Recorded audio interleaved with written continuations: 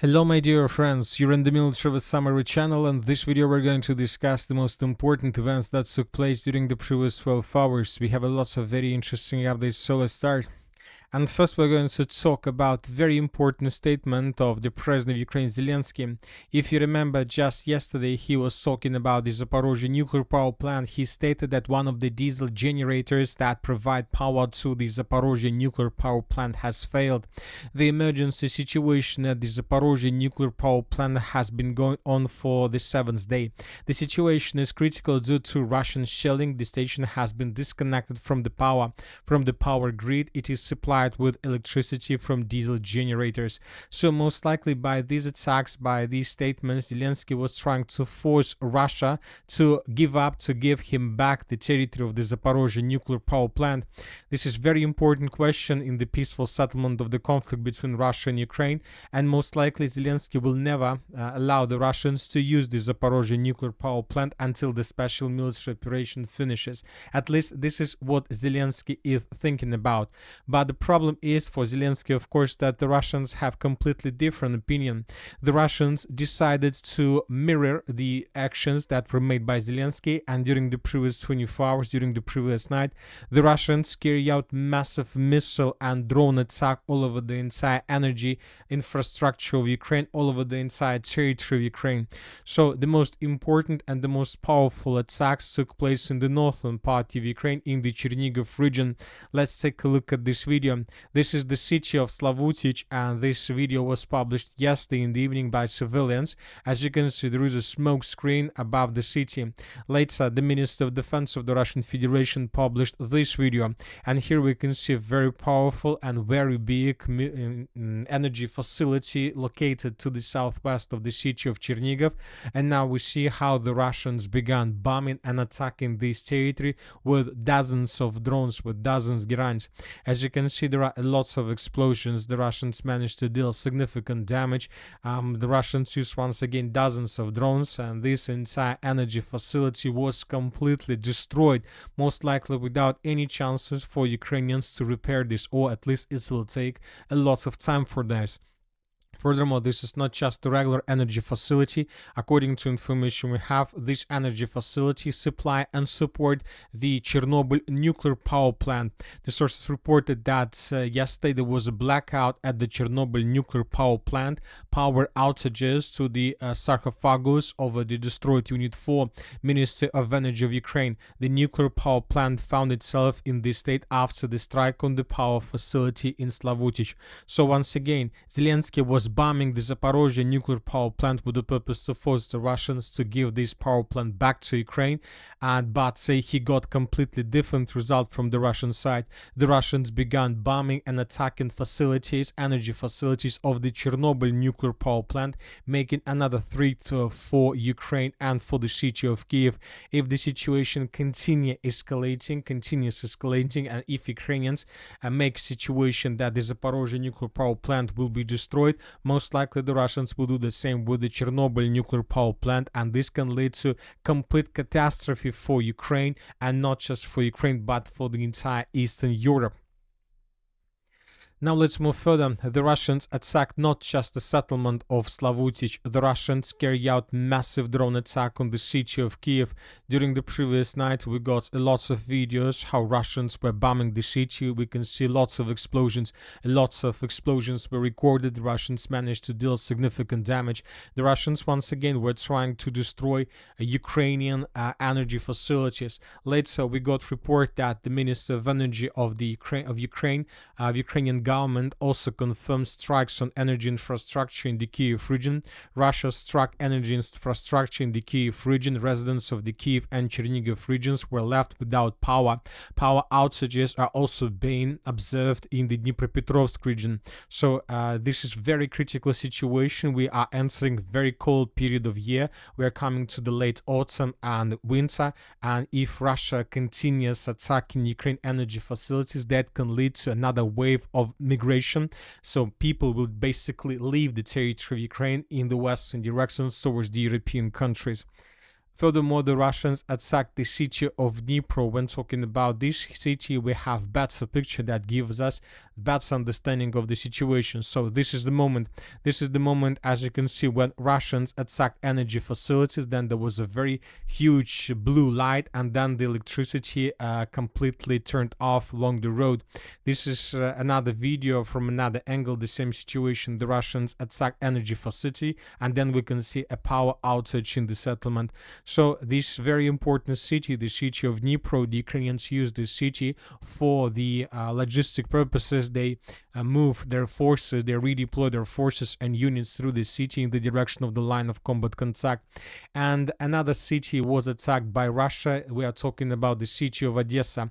As for this city, the Russians were attacking not just objects of the energy facility. The Russians were attacking the infrastructural object, the transport infrastructure, with the purpose to destroy trains, to destroy depots, to destroy different equipment that Ukrainians use for the railway services.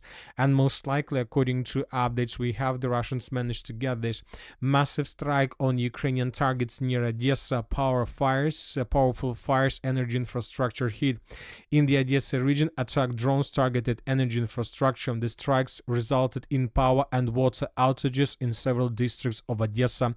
A powerful fire is raging at the strike site. So this is the consequences. As you can see, this photo was made this morning. We can see that the entire train was completely damaged and destroyed. Here we can see the video of attack from another angle. Some civilian was making a video of how Russians were bombing the transport infrastructure of Ukraine in this part of the city, or in this part of Ukraine. So as we can see, the Russians carry out one of the biggest attacks since the beginning of the special military operation. We're not talking about a number of drones that were involved in this attack. We are talking about the results, and most likely the Russians will continue. Anyway, let's wait and see what is going to be next. But once again, the situation is getting very critical. Now let's talk about the situation on the ground, and first let's talk about the Zaporozhye direction, where the Russians continue their offensive operation. According to information we have, during the previous 12 hours, the Russians improved their positions in the direction of the Uspenovka fortified area. The Russians got a bit closer to the territory. Now the Russians are trying to outflank farms that located between the Uspenovka fortified area and the settlement of Novogrigorovka.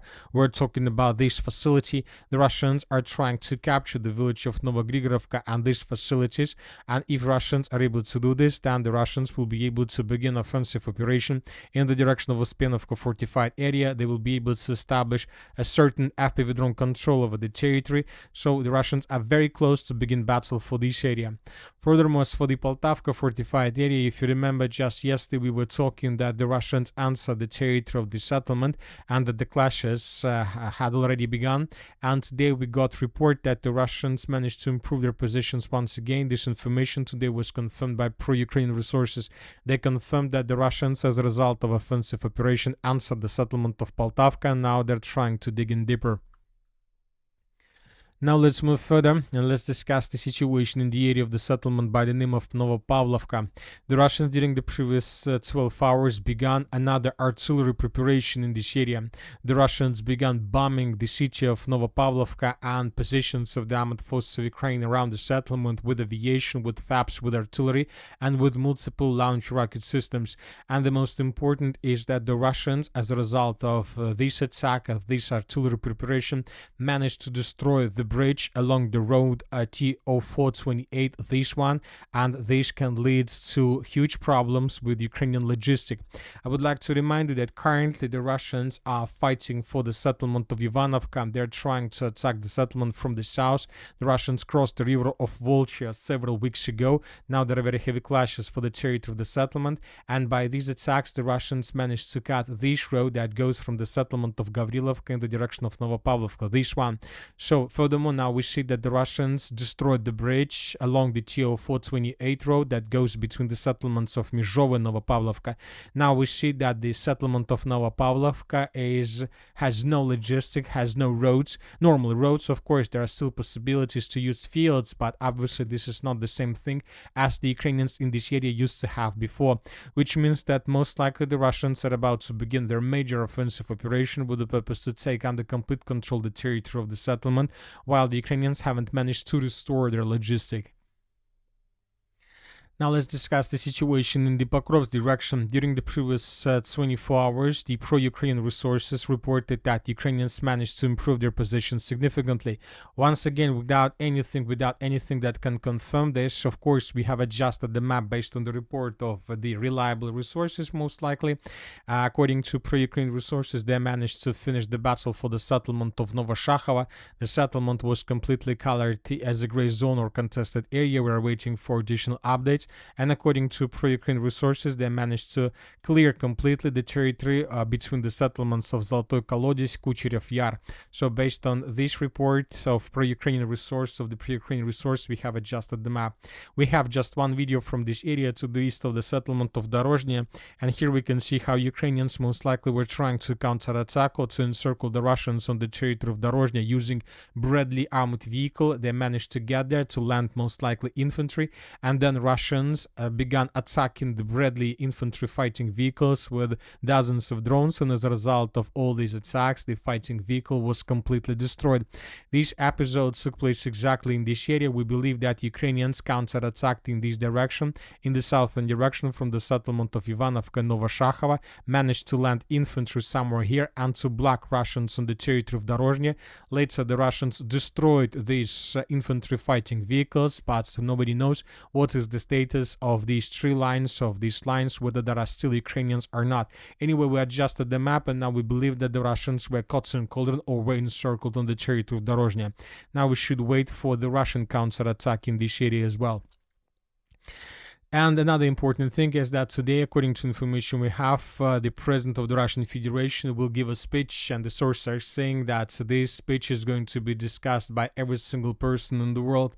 Russia most likely will talk about frozen assets, about Ukraine, about relations with the United States of America, with Ukraine. Most likely the president of Russia will reveal the Alaska summit agreements with Trump. So lots of very interesting updates, most likely that will a bit affect the situation in the world. And another interesting escalation is coming from France. Today we got this video. According to information we have, French special forces boarded and seized a Russian oil tanker sailing off France's western coast moments ago.